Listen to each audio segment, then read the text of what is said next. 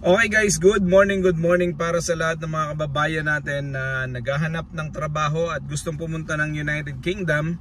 Meron tayong trabaho ngayon na isi-share, no?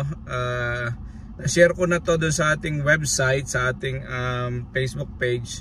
Pero dito sa YouTube, nandito yung buong details guys, no? So, kung gusto niyo yung pumunta dito bilang isang healthcare assistant o senior healthcare worker, pwede kayong mag-apply sa trabaho na to, no? So ito ay nangangailangan ng senior healthcare assistant at pupunta kayo o ang naghahanap ay yung Ratcliffe Care Group, no? So ang kanilang POA accreditation number is 10392987. So legal ito, merong accreditation, no? So ang company o ang employer is Ratcliffe Care Group, no? So yon.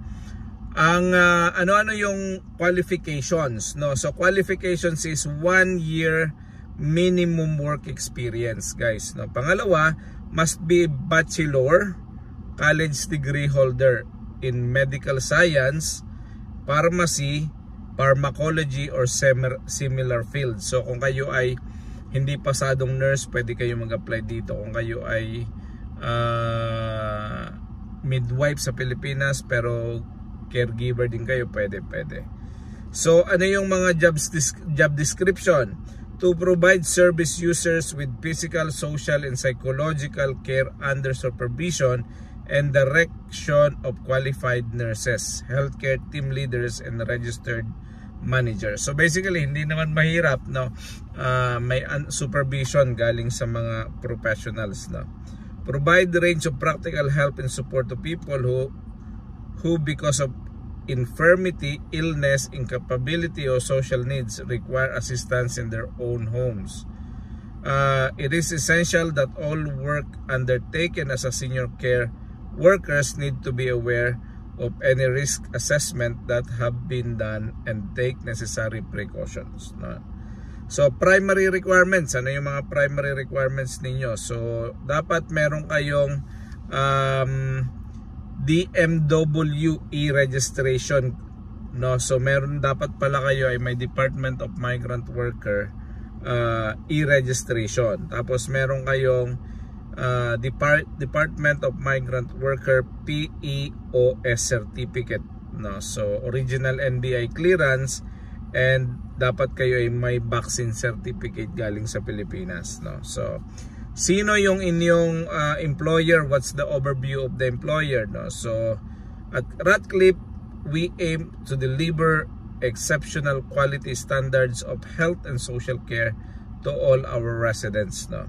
We will aim to meet our commitments to our residents with enthusiasm, love and energy, and value all contributions from residents, their families and of our staff. Ratcliffe Care Group aim to provide a high quality service in partnership with our service users and representatives and to actively seek their opinion regarding the quality of care received. So sino yung partner agency nila na pwede kayong mag-apply sa Pilipinas, no? So pwede kayong mag-apply dito sa Mariposa International Service o Services Co.inc. POA license number is 195-LB-092118-R. So meron itong license number, may accreditation number din.